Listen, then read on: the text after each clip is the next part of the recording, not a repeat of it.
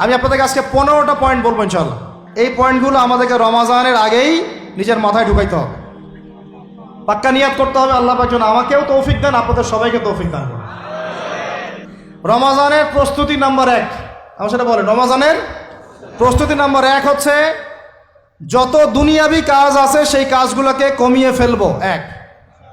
দুনিয়াবি কাজগুলো কি করব?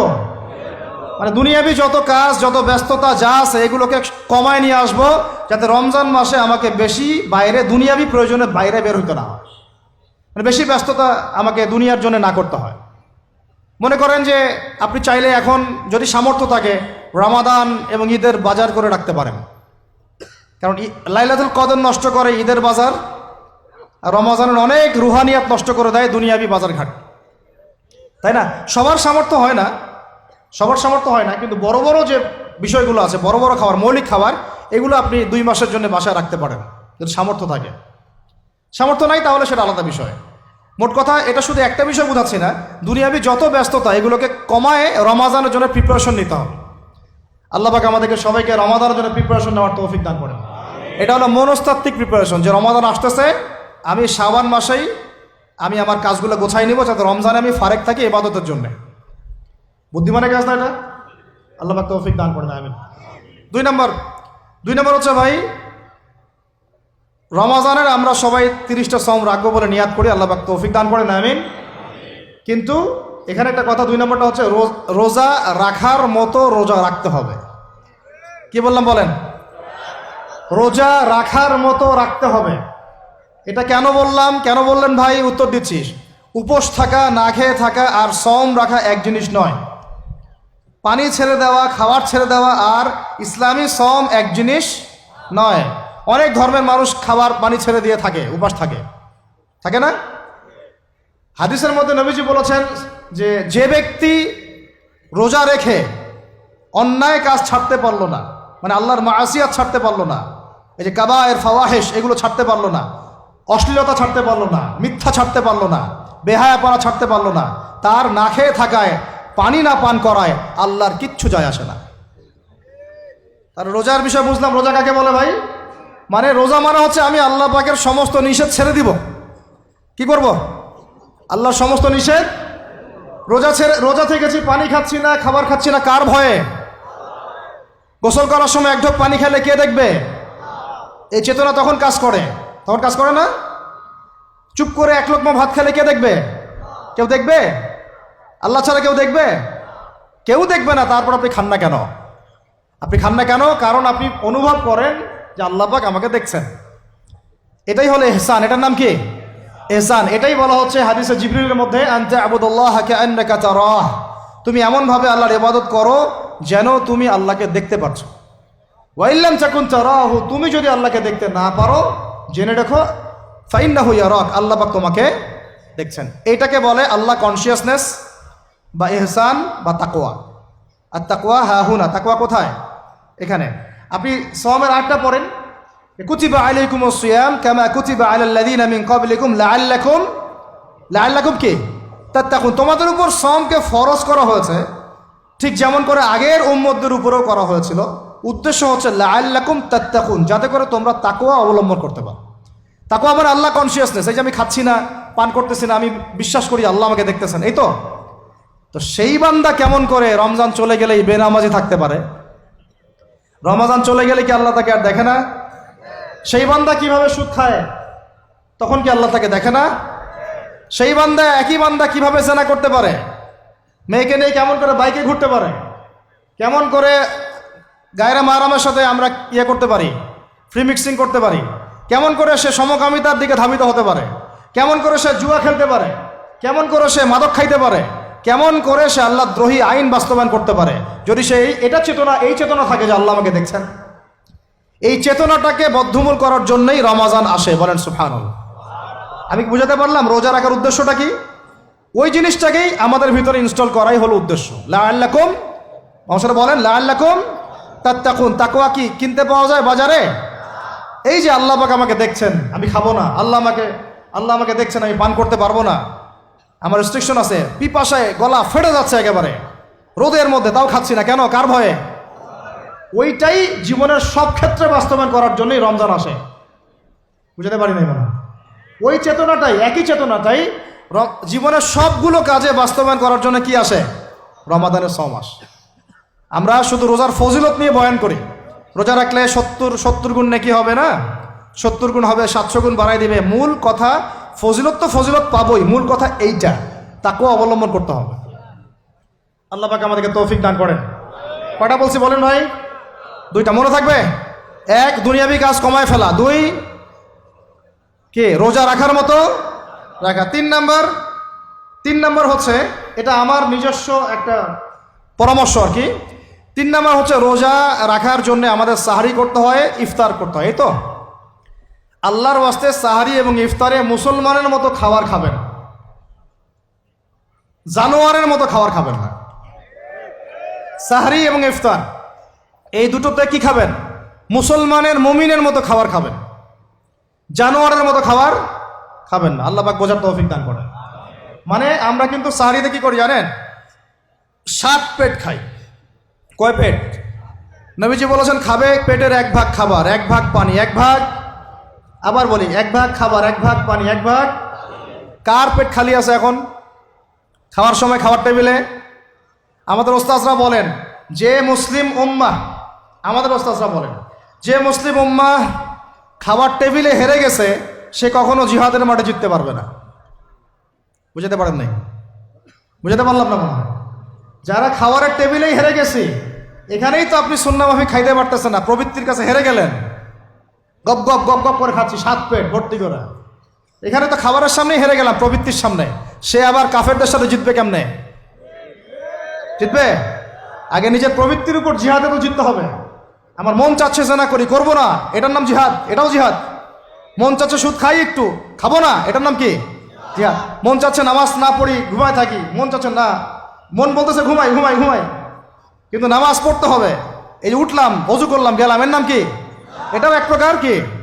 বরং নফসের সাথে জিহাদটা অনেক বড় জিহাদ বলা হয়েছে, বলা হয় নাই? এটা মানুষকে শক্ত করবে। একটা মেয়ে সেটা প্রেম করতে মন চায়, করবো না, ওকে দেখবো না, যাবো না কাছে, এটা শক্ত থাকার নাম কি? এটা মনে নফসের সাথে কি বুঝেন? আল্লাহ পাক আমাদেরকে নফস শক্ত করার তৌফিক দান করেন। তো ভাই, খাবার ইফতারেও এভাবে 7 পেট খাবেন না, সারিতেও খাবো না, ওয়াদা করি তো ইনশাল্লাহ। শোনেন, পরিমিত খাবেন, পুষ্টিকর খাবার খাবেন। পরিমিত খাবেন কিন্তু পুষ্টিকর খাবার খাবেন, তাহলে যথেষ্ট হবে ইনশাল্লাহ। আর এখনকার যে খাবার, এদের বেশিরভাগই ভেজাল। যত বেশি খাবো তত দ্রুত অসুস্থ হব।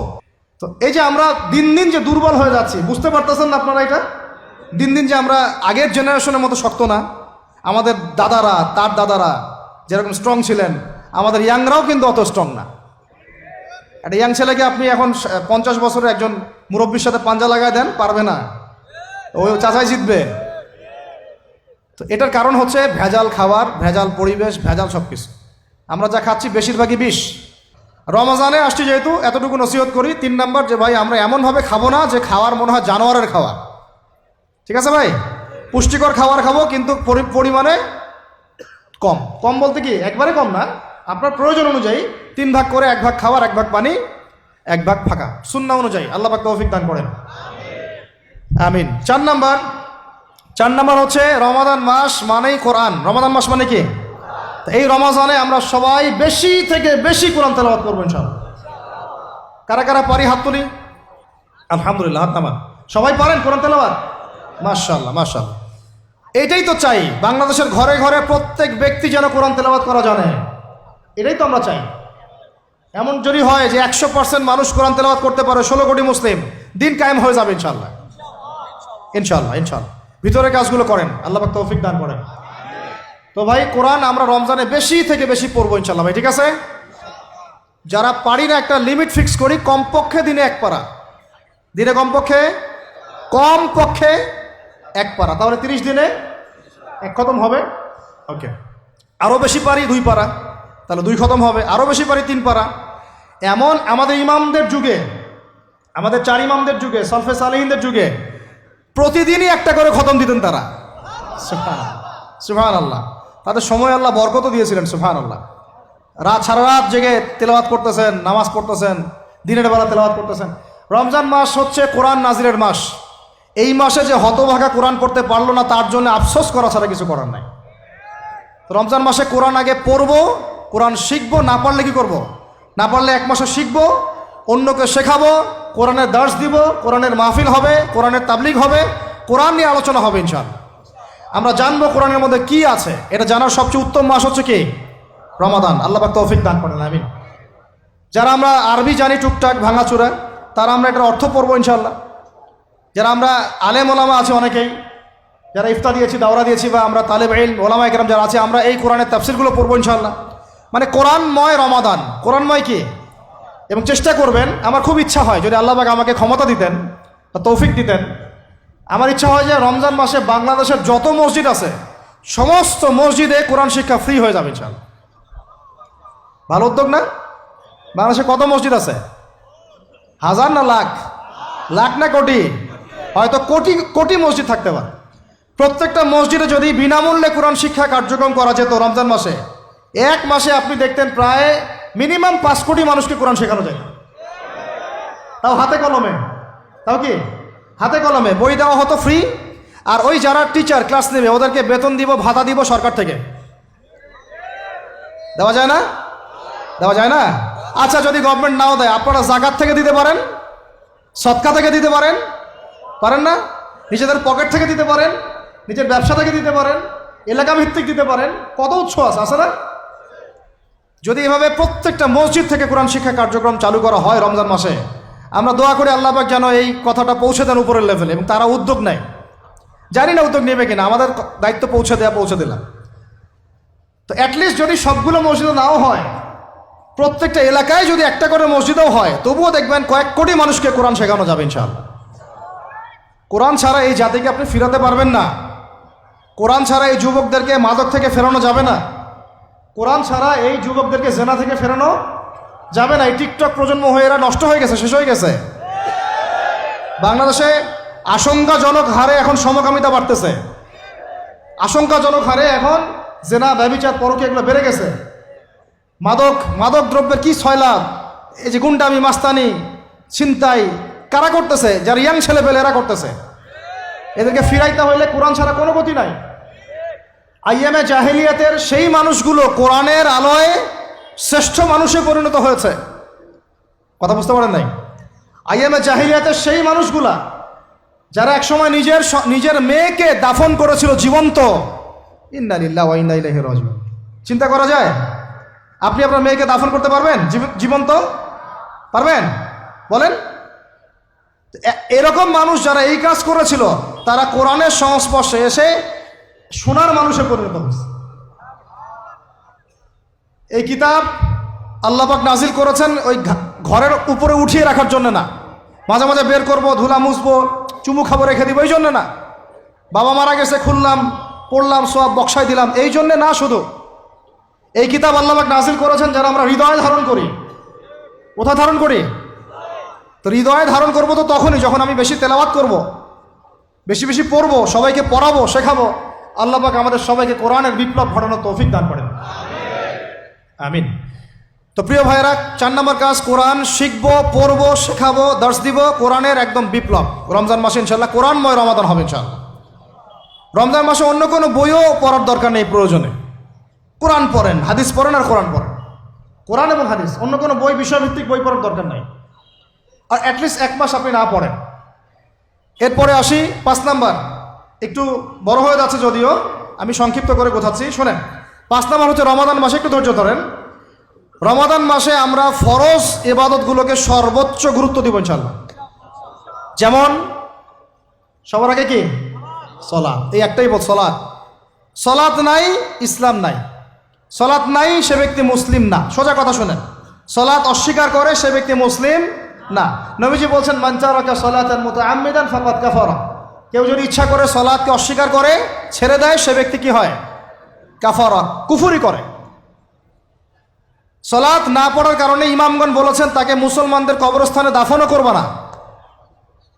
কোন ইমাম বলেছেন তাকে জানাজাও দিবা না। কোন ইমাম বলেছেন তাকে জেলখানায় বন্দি করে রাখবা। কোন ইমাম বলেছেন তাকে মৃত্যুদণ্ডের শাস্তি দিবা।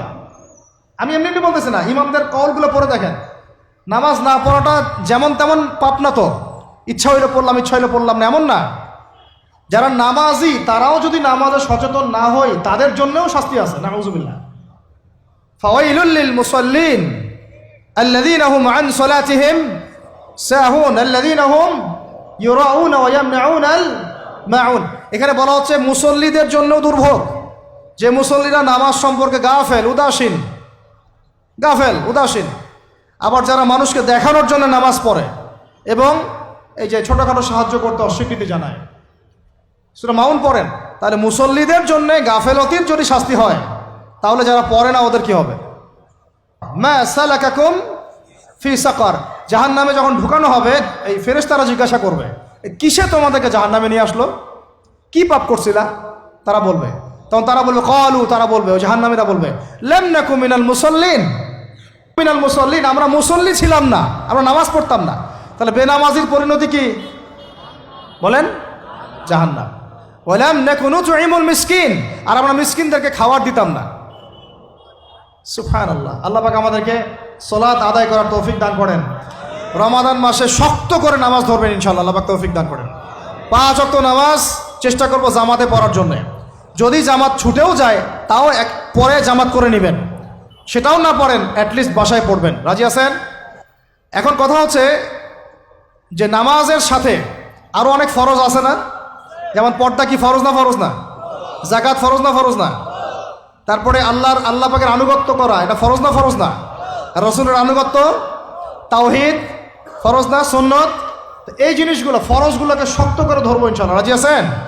তাহলে 4 নাম্বার হচ্ছে রমজান, এটা কি 5 নাম্বার না? 5 নাম্বার রমজান মাসে ফরজ ইবাদতগুলোতে সর্বোচ্চ গুরুত্ব দিব ইনশাআল্লাহ। রাজি?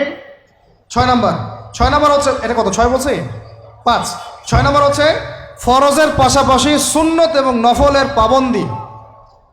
ফরজের পাশাপাশি সুন্নত এবং নফলের পাবন্দি মানে দেখেন, ফরজ নামাজের আগে পিছে অনেক নামাজ আছে না সুন্নত? দৈনিক 12 রাকাত সুন্নত যে ব্যক্তি পড়বে তার জন্য জান্নাতে ঘর নির্মাণ করা হবে। কোন 12 রাকাত? ফজরের আগে 2, ফজরের আগে, জোহরের আগে 4, তারপরে 2, তারপরে মাগরিবের পরে, এশার পরে, মোট কত হইল? 12। এই 12 রাকাত নামাজ যে ব্যক্তি দৈনিক পড়বে তার জন্য জান্নাতে ঘর নির্মাণ করা হবে। তো রমজান ছাড়া এগুলো ধরার উত্তম কোনো সময় আছে? অনেক সময় মিস হয়ে যায়, রমজানে যারা ধরি আমরা, আল্লাহ পাক তৌফিক দান করেন। এর পাশাপাশি দেখেন দৈনন্দিন অনেক সুন্নতের আমল আছে না? বিভিন্ন কাজের দোয়া, মাসনুন দোয়া, জিকির আজকার, এগুলো আছে না? এই প্রত্যেকটা কাজকে শক্ত করে আঁকড়ে ধরবো ইনশাআল্লাহ, আল্লাহ পাক তৌফিক দান করেন, আমিন। যে কাজটা করবেন তার আগে জেনে নেবেন ওই কাজটা কিভাবে করলে সুন্নত হবে। সকালে উঠে এক দৌড় দিয়ে বাথরুমে যাবেন না, উঠে আগে বসবেন, চোখ ঘষবেন, মুখ থেকে ঘুমের ভাব দূর করবেন, তারপরে বলবেন আলহামদুলিল্লাহ আল্লাযী আহইয়ানা বা'দা মা আমাতানা ওয়া ইলাইহিন নুশুর। তারপরে আপনি যাবেন আস্তে আস্তে বাথরুমে, বাম পা দিয়ে ঢুকলেন, ইস্তেঞ্জা করলেন, ডান পা দিয়ে বের হবেন। ঢোকার সময় দোয়া আছে, আল্লাহুম্মা ইন্নী আউযু বিকা মিনাল খুবসি ওয়াল খাবাইস। বের হওয়ার সময় আলহামদুলিল্লাহ আল্লাযী আযহাবা আনিল আযান ওয়া আফানি গুফরানাকা, দোয়া আছে। এগুলো সুন্নাহ মোতাবেক কাজ করবেন। বুঝাতে পারতেছি? কাপড় পরবেন, যে কোনো কাপড় পরবেন না। যে কাপড় যে সুন্নত নবী পরতেন সেই সুন্নত পরবেন। চেহারা নবীর মতো হতে হবে, ক্লিন শেপ চেহারা চলবে না। অনেকে মনে করেন যে এটা তো ফরজ কিছু না, এত তাচ্ছিল্য করেন কেন? এটাকে শেভ করা মানে হলো নবীর সুন্নতকে জবাই করা। বুঝাতে পারি নাই? এক মুষ্টি রেখে কাটেন, সেটা আলাদা ইস্যু, আলাদা মাসআলা। পুরুষের চেহারায় দাড়ি থাকতেই হবে, মাস্ট বি। পোশাক আশাক থাকতেই হবে নবীর মতো। আমরা আমাদের সংস্কৃতি নিয়ে গর্বিত না? ইসলামিক সংস্কৃতি কোনো দেশ, জাতি, বর্ণ নির্দিষ্ট করে আসে না সবার জন্যে। আমাদের নবী কি আরবদের নবী না পুরো বিশ্বের নবী? তাহলে আমাদের নবীর সুন্নত কি শুধু আরবরা পালন করবেন, আমরা সবাই করব? এখন আমাদের সবার চেহারা নবীর সুন্নাহ অনুযায়ী হতে হবে। গোঁফ ছোট করতে হবে, দাড়ি লম্বা করতে হবে, পোশাক ঠিক করতে হবে, টাকনুর উপরে কাপড় পরতে হবে। এখন ছেলেরা পরে টাকনুর উপর ছেলেরা পরে টাকনুর নিচে, আর মেয়েরা পরে কি উপরে। এরপরে বসে ছেলের সাথে বাইকে, দেখবেন হাঁটু পর্যন্ত দেখা যায়। বিষয়টা এমন না এখন? হুজুর আপনারাও দেখেন না? আমরা দেখি না, আপনারা দেখান। আমরা কি করি না? আমরা দেখি না, বরং আপনারা দেখান। দেখালে আমরা চোখটা সরাই বলি আউযু বিল্লাহি মিনাশ শাইতানির রাজিম। চোখে বললে আমরা কি বলি? আউযু বিল্লাহি মিনাশ শাইতানির রাজিম। এখন আসেন, আমাদের পোশাক আশাক, কথাবার্তা, চলাফেরা, আমল, খাওয়া, ঘুম, ব্যবসা বাণিজ্য যা আছে, রাজনীতি, অর্থনীতি, সমাজনীতি, সব কিছু নবীর সুন্নাহ মাফিক ঢেলে সাজাইতে হবে। রাজি কি না? রমজান মাসে এটা নিয়ত করা যাবে ইনশাআল্লাহ? ইনশাআল্লাহ, আল্লাহ পাক তৌফিক দান করেন, আমিন। 7 নম্বর আসেন ভাই, 7 নম্বর হচ্ছে আমরা কোনো অবস্থায় হারাম কোনো রিজিকে যাব না। রাজি? রোজা রাখতেছেন, ইবাদত করতেছেন, নামাজ পড়তেছেন, তারাবি পড়বেন, অনেক কিছু করবেন। এবার এদিকে রিজিকে সুদ, এদিকে রিজিকে ঘুষ, রিজিকে এখানে দুর্নীতি, এখানে করাপশন, এখানে মাপে কম দেওয়া, একটা ইবাদতও কবুল হবে না।